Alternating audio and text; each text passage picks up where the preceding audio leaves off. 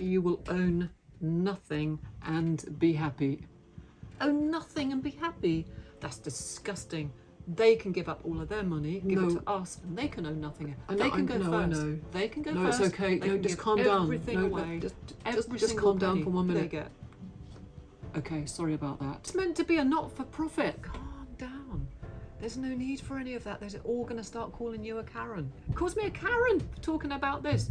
What the hell? You're supposed to be an angel. A fucking angel with Guys, attitude. Calm down. Calm down, Karen. Focus. Okay, let's get on with this.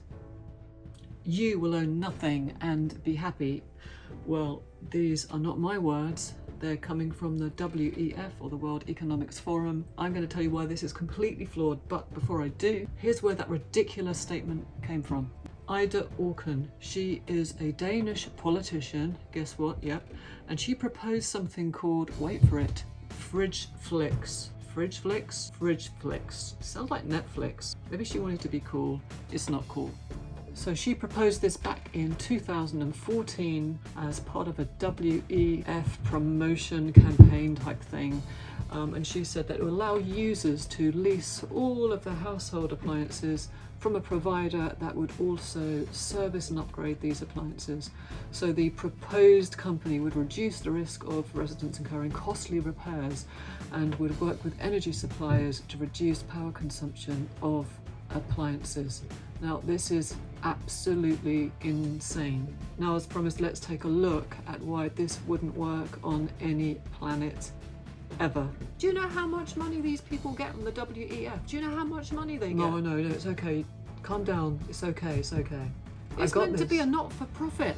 It's meant to be a not-for-profit. Right, so let's just take an example for a minute, just to show how this wouldn't work. You want to lease a toaster. Let's say it's a toaster that costs £30, £50, $30, $50, doesn't matter. You know, toaster costs usually what a toaster costs. If I had a company that wanted to lease you a toaster, say for £30 or £50, I couldn't just buy a toaster for £30 or £50 and give it to you and keep my fingers crossed and maybe charge you a tiny little fee. I have to take into consideration a whole bunch of things. So you've got service charges, you've got replacement charges, you've got delivery costs, you've got the repair service engineer that would have to come out, you've got admin costs, you've got your fleet costs of your vehicles, office costs, you have got digital costs, you've got IT costs. I mean, it just goes on and on. Any business is going to have a lot of these costs, that's fair enough. You've been silly enough to lease a toaster from me or rent a toaster from me, and I know you wouldn't be silly enough to do that, I know that, but just hypothetically, say there was another me, I wouldn't do it either. But let's just say there's somebody out there naive enough, maybe gullible enough, who's been completely mugged off into renting a toaster from me.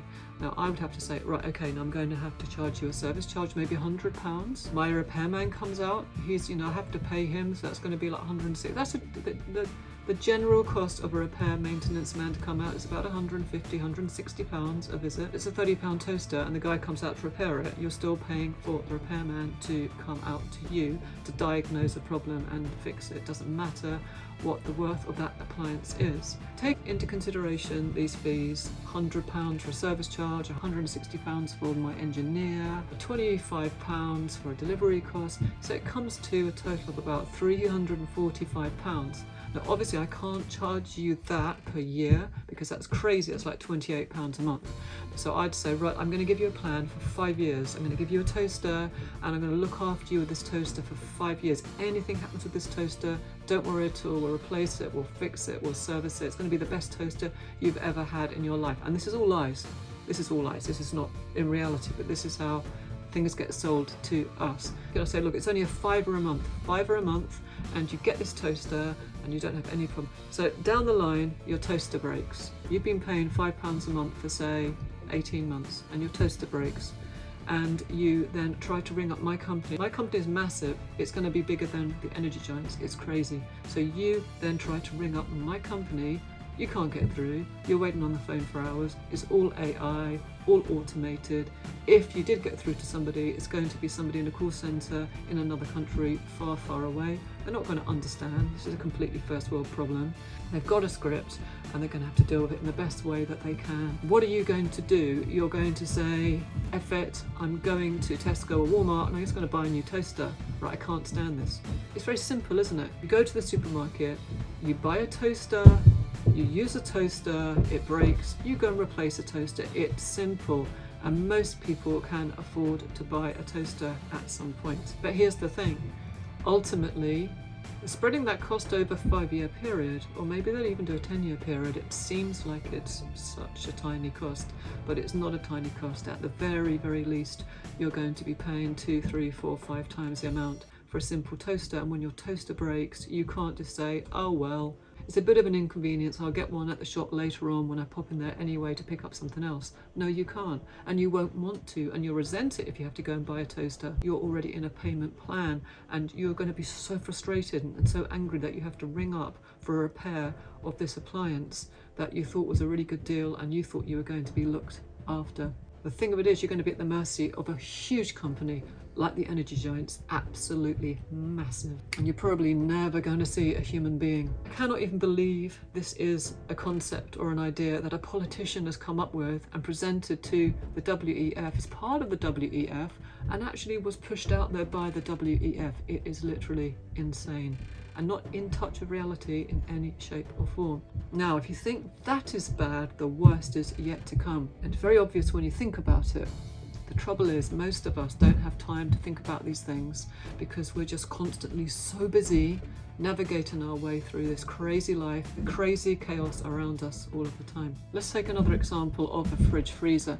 So you've rented a fridge freezer, say it cost £300. You probably don't even know how much this has cost to purchase because you didn't purchase it, you're renting it from somebody else. You're going to have the same engineer costing, you're going to have the same service costing, you're going to have the same delivery charges and all of that stuff. So at the very, very least, even if it's pushed over a 5 or 10 year period, you're going to be paying 2 or 3 times the amount you would do if you'd just gone out and bought your own fridge freezer. And it's a hassle dealing with the companies that own these appliances anyway. They're smaller than a huge, great, massive organisation like the energy giants, so you can get through and you can get a service engineer out, and if it's under warranty, they're going to come and fix it for you for free. So now, your fridge freezer is broken down and you've been paying out for this month after month after month. So you ring up the company and you say, oh, my fridge freezer is broken down and all of my frozen stuff is defrosting and all my fridge stuff is getting warm and oh my gosh, what am I going to do? You've guessed it. You get AI on the phone, you get automation on the phone, you're put in a call waiting system with some terrible, terrible, terrible music for hours on end. This is going to make you feel so angry and frustrated, okay? And you don't want to go out and just buy a new one because you've been leasing this thing the whole time. It's not like, I've had it for 5 years, it's broken, I'll go and get another one. Thinking, no, I've had it for 5 years, I've been paying for it for 5 years, and they've promised me they'll replace it, and I can't even get through to them. But here's the real deal breaker, and this is the worst part of all. You are so fed up. You've now had no fridge or freezer for 2 or 3 days, and you're thinking, I don't know what to do, and you go out and you buy a new one. Then you cancel your payment plan with this company. Sod you, I'm not going to pay anymore. You've let me down, you've broken your contract, and of course, their terms and conditions, their legal contract will be watertight. And they'll say, no, it's in the contract. Sometimes you have to wait. This is just the way it goes. Don't get frustrated. Sure, they can turn up at your house and take away your broken fridge freezer if that's what they want, but it doesn't matter about that. What they're really going to do is they're going to destroy your credit rating. They're going to pass you on to the debt collectors and they are going to hound you for the rest of your life. And guess what? You're not going to want to pay, but it will destroy your credit. And then if you do want to go and rent something of your own accord, you can't do it. And you can't get a mortgage and you can't do a whole bunch of other things because the credit system is now linked to so much stuff. It's not just about buy now, pay later. You won't be able to do anything because everything about you is attached to your credit rating. It's pretty awful. You can't do business even if you're a company. You won't be able to get any money from anything from anywhere, no matter what you need, if you need a piece of machinery. So they will literally basically destroy your life, unless you're completely out of the credit rating system, which some people are. Most of us, we're kind of entrenched in it. If I want to upgrade my mortgage, I have to have a clean credit rating. So this massive company that's hired me a fridge freezer that's now broken, and I can't get in touch with anybody, and they won't replace it or do anything at all, and I've had to go out and buy another one, and I refuse to pay them any more money, they will then destroy my credit rating, and I won't be able to do anything more for about 6 years. So no, I won't own nothing and be happy. Will you? Do you feel that you could own nothing and be happy under this situation? And just to point out that whilst they're saying that we won't own anything and be happy, they own all of it. What's all that about? One more very interesting point as well. The Danish politician Ida also said that we'll have no privacy and we'll be happy. What does that even mean? No privacy and we'll be happy? I will be making another video on that. Let's just stay focused on the control. Now, why do these great big companies want to control us? What's in it for them? Because they're individual people at the very top of these companies. What's going through their heads and where are they getting their ideas from? And that you can find in my next video. Thanks for watching as always, and see you in the next one.